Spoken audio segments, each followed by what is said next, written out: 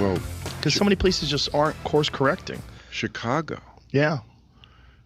I mean, not just the places where, murders have been happening way out of control in Chicago among the African American community for far too long and not really reported in the way that they should be. It's amazing how black lives don't seem to matter when they're taken by black lives. Right.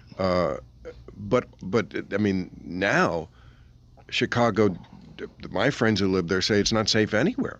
Yeah, it's very sketchy. Very sketchy. And that's Chicago. It's comedian Bill Maher on with Joe Rogan recently with the Joe Rogan Experience talking about the issue in Chicago where there doesn't seem to be enough attention on all of the violence that happens. You know, you hear headlines regularly about, a mass shooting happening outside of a mall or at a school, but when those make huge headlines, you don't necessarily even get an inkling of what happens in Chicago where, the latest headline, 6 dead, 34 hurt in Labor Day weekend gun violence. Some of the other headlines broken out by the Chicago Sun-Times.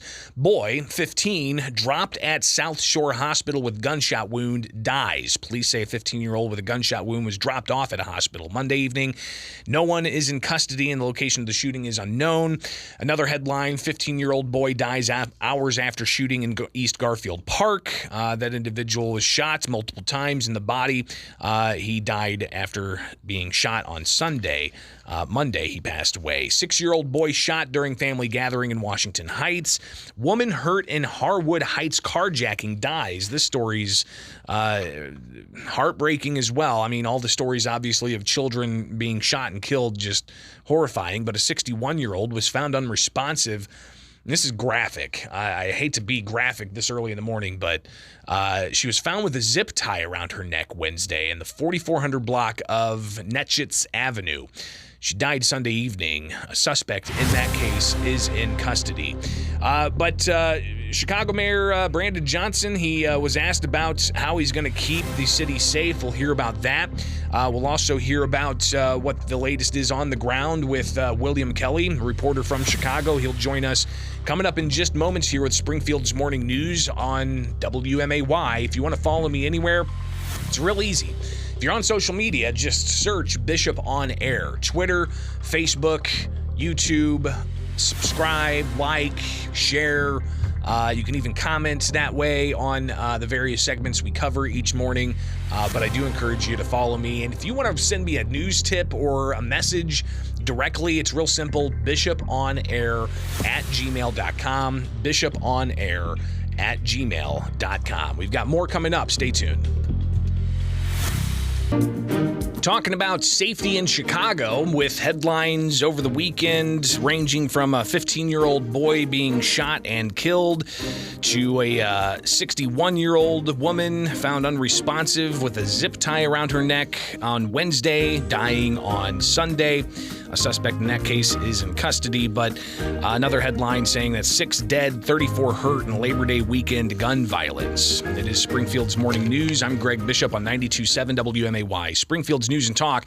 And we'll welcome in William Kelly, reporter out of Chicago, here in a moment. But I do want to hear what Chicago Mayor Brandon Johnson had to say just before the Labor Day weekend when he was asked how he's going to essentially keep the city safe at a time when it's expected gun violence will increase over time, especially during a holiday weekend. The city's plan for public safety and keeping Chicagoans safe. Well, we are celebrating Labor Day this weekend, Mexican Independence Day.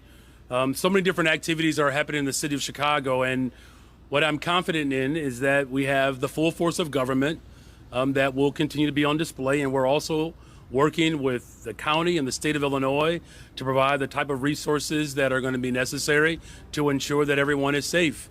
And again, as I've said repeatedly, The city's plan for public safety.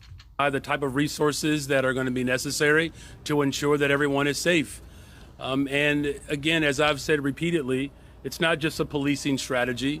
It's also making sure, again, that our Department of Transportation, Street and Sanitation, we are grateful that we have support from our state police, our county sheriff is lending support as well to make sure that the checkpoints throughout the entire city of Chicago are well positioned to ensure that all of the people who are coming in this weekend have a great time. And just to note, I believe both of our airports have seen an uptick in those who are arriving in Chicago. I believe flights are up 7 to 8% just this weekend alone, because there's a great deal of confidence all over the all over the country, quite frankly, that this is the best place to hang out over Labor Day weekend. So again, that's Chicago Mayor Brandon Johnson discussing his thoughts on how his administration is going to keep the city safe. But was it a safe weekend? Well, we heard some of those headlines. William Kelly now joining us, a reporter from Chicago. William, was the city safe over the weekend? Good morning. Thank you, Greg. God bless you. Well, Chicagoans are telling me that they don't feel safe, and that is driving down the numbers of people who are returning to the offices, returning to the restaurants and the stores that essentially do business downtown. Based on those numbers, we had 40 plus shootings, half a dozen fatalities. That's obviously not good. It's all over the city, Greg, and it's also these crimes are being committed by juveniles. Just over the weekend, 3 juveniles were 14, 15, 17-year-olds arrested, charged with multiple armed robberies. They had guns in their hands as they were robbing Chicagoans of their valuables. I've talked to a number of police officers. They say that what they fear most is arresting a juvenile with a gun, because they first of all, they're children. Their impulse control has not been fully formed yet, and beyond that, there are other psychopathic tendencies that they clearly exhibit, not worrying about other people's safety or even their lives. At any other time in history, we had parents that cared very deeply about their children. We had a mayor that cared very deeply about the safety and the reputation of the city. We had judges that considered it to be their reputation on the line to make sure that violent criminals were not back out on the street. We don't appear to have any of those things going for us anymore in the city of Chicago, Greg. William, of course, we've got the mayor saying that it's a dynamic that they're looking at to curb. But what do you, in the conversations you've had with law enforcement on the ground, is it really these new techniques of maybe a mental health resource officer going along with police officers, or is it the number of police officers that are on the streets, or is it the morale issue of law enforcement arresting people and then all of a sudden Kim Foxx not going through with prosecutions? What do you think is the main idea that law enforcement you're talking with on the streets say can help curb some of this violence? I think you just outlined the problem, Greg. You should be teaching the course at Harvard. That's what you should be doing instead of certain other people. The problem, the real problem that I'm hearing from residents and police officers and high-ranking, commanders in the police department and in the sheriff's office is that these approaches are hurting their efforts. That a mayor who says, don't demonize child offenders, seems to be emboldening the child offenders. They seem to think that the mayor has their back, as opposed to the backs of law enforcement, and the statistics back that up, Greg. Okay, almost every carjacker, carjackings, motor vehicle thefts up 600, 30%. I believe 600 this year so far. These are crimes that are being committed by repeat offenders. You arrest someone who robs, who commits an armed robbery, steals a purse, steals a cell phone, and you find out that this offender is out on some type of bail, electronic monitoring for the exact same offense. So this is what is driving the loss of faith in government on behalf of citizens and the loss in morale on behalf of police. A very, very bad combination, Greg. William J. Kelly, reporter out of Chicago. We heard Bill Maher on Joe Rogan's podcast recently talk about Chicago, and I want to get your reaction to this. But he had to lay out that he's got friends that say Chicago's not safe, and it's no longer just certain areas. Again, here's some of what Bill Maher had to say. Well, Because so many places just aren't course correcting. Chicago. Yeah. I mean, not just the places where, murders have been happening way out of control in Chicago among the African American community for far too long and not really reported in the way that they should be. It's amazing how black lives don't seem to matter when they're taken by black lives. Right. But I mean, now Chicago, my friends who live there say it's not safe anywhere. Yeah, it's very sketchy. Very sketchy. And that's Chicago. William, your reaction to that? Well, anytime that Bill Maher is talking about Chicago, chances are it's not good, right? If Bill Maher gets it, I think that the message has gotten out. Okay, and this is, I love Chicago. I was born and raised in Chicago. Both of my parents were Chicago public school teachers. It really breaks my heart that our current mayor likes to hang his hat on the idea that he was a lobbyist for, CPS, but yet these children who are committing these crimes are essentially being raised by CPS. CPS is their parent. Okay, these are not fatherless families. These are familyless families. Okay, children. They're being raised by CPS. This is an epic failure of our the entire government in the city of Chicago. William, I want to get your reaction to something else that Mayor Johnson had to say on Friday before heading into the Labor Day holiday weekend. He was asked about historic black colleges and how there's a lot of them in the southern part of the U.S., but not necessarily up in the northern part of the U.S., and he tended to talk a little bit about HBCUs. But here is the mayor sounding off on yet another issue that I want to get your thoughts on when it comes to teachers in the city of Chicago. And the more opportunities that black children in particular are exposed to HBCUs, they're going to go and they're going to make sure that when they get an education from HBCUs, they're going to come back like Congressman Davis and become a public school teacher like President Preckwinkle and myself and Tara Stamps, because public school teachers need to be in charge of government. William, your thoughts? That's a hard, it's hard. Thank you, everyone. Thank you all very much. It's hard to keep a straight reporter face when you hear something that blatantly fail. It's a fail, Greg. It's a blatant fail. These children have been failed by CPS. Okay, and I'm not just talking about the 11-year-old carjacking gang leaders. I'm talking about the graduates who went to school or tried to.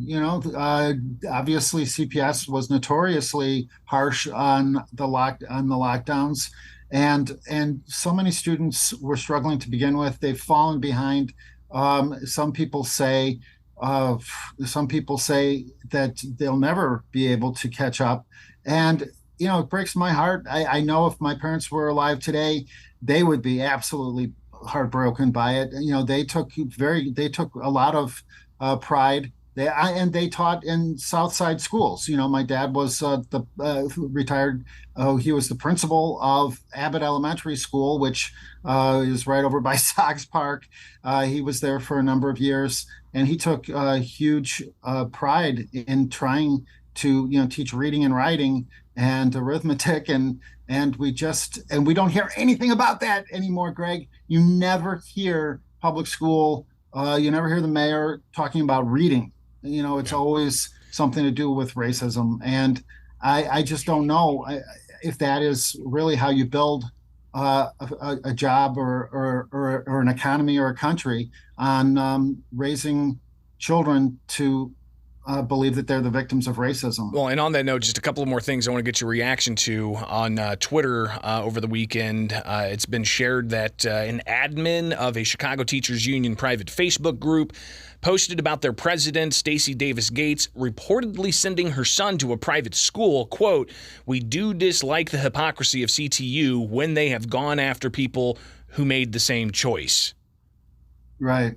Well, the hypocrisy is everywhere, and that's the thing, Greg. It kind of reminds me of the fall of the Soviet Union, when there was really no honest way to make a living. That you had to be somehow. They couldn't trust the media, they couldn't trust the government, they couldn't even trust that they could even make an honest living. They were forced into, for sadly a very long period of time. It took the Russia a long time to dig their way out of this, into a society where nobody believed anything that they read in a history book. Well, sadly, I really feel that that's where we're at in Chicago right now, and I hope that we can dig our way out of it. I don't know if we're going to be able to dig our way out of it in my lifetime, but the only thing I can bring to the table is reporting on the issues and bring truth to the conversation, Brandon Johnson, Mayor Johnson, our new mayor, still has not granted my media credential back. For those who have been following this saga, we're in federal court trying to get my media credential back so I can attend Chicago City Hall press conferences. And we've been forced now, because we've the last couple of times we went to court, we thought that a federal judge was going to say, duh, of course William Kelly should be given his media credential back, an official City of Chicago media credential, which I've had for over a decade, that was revoked by Mayor Lori Lightfoot because I was asking her questions that were going viral and hurting her reelection campaign. But no, the federal judge is still deliberating. Which forced us to add Johnson's name to the lawsuit, and I predict we're going to have to take this all the way to the U.S. Supreme Court. Well, and on that note, I wanted to get your reaction here finally to the headline from the Chicago Sun-Times that Lori Lightfoot teaching Harvard students how to deal with a pandemic and with reporters. Wow. Are you sure that the course is not how not to? How not to deal with Lori Lightfoot's class, including a mock press conference and a simulated community meeting. She'll discuss the dangers of politicizing a pandemic and how to interact with the media. Well, unless the name of the course is Trampling Freedom of Speech 101, I don't see how Lori Lightfoot is qualified to teach it. All you have to do is go to reporterwilliamjkelly.com and maybe only a dozen or more of the viral videos of my interactions with her are posted on that website, and it clearly shows that I was asking very legitimate questions. What is your plan to curb the violence? We had 80 shootings this weekend. What is your plan? We had a mass shooting in front of Holy Name Cathedral. What is your plan? And every time Mayor Lightfoot went berserk, lost her temper at me, called me names, never answered the questions, never solved the problems, oddly. Well, and the people of Chicago, could see that. And she even attempted, when I first started going to her press conferences and asking her about the shootings and the carjackings, she would actually say that her original strategy was to say that shootings were down. That phrase became a meme. It was like an instant meme, and people. It literally drove citizens, the people of Chicago, nuts that she wasn't even acknowledging the problem. And then her ultimate solution to dealing with the media, essentially me, was to revoke my media credential and prevent me from attending her press conferences. By that time, the damage had already been done. She was already, I think people in the city of Chicago already recognized that she was a failed mayor. And I think it was primarily due to the fact that she just wouldn't even answer my questions. That one baffles me, Greg. When I heard you say that that she was teaching a course at Harvard on how to handle the media. I thought maybe it was one of Bill Maher's stand-up comedy jokes. It's pretty remarkable. William Kelly, it's all the time we've got. We've blown through the last commercial break, but we'll have to connect again in the near future because something else that's top of mind for those living in Chicago is the ongoing crisis of undocumented migrants living at police stations and elsewhere. So we'll have to talk about that in the future. William J. Kelly, reporter out of Chicago, thanks so much for taking time with us today. Thank you, Greg. God bless. It is Springfield's Morning News on 92.7 WMAY, Springfield's News and Talk.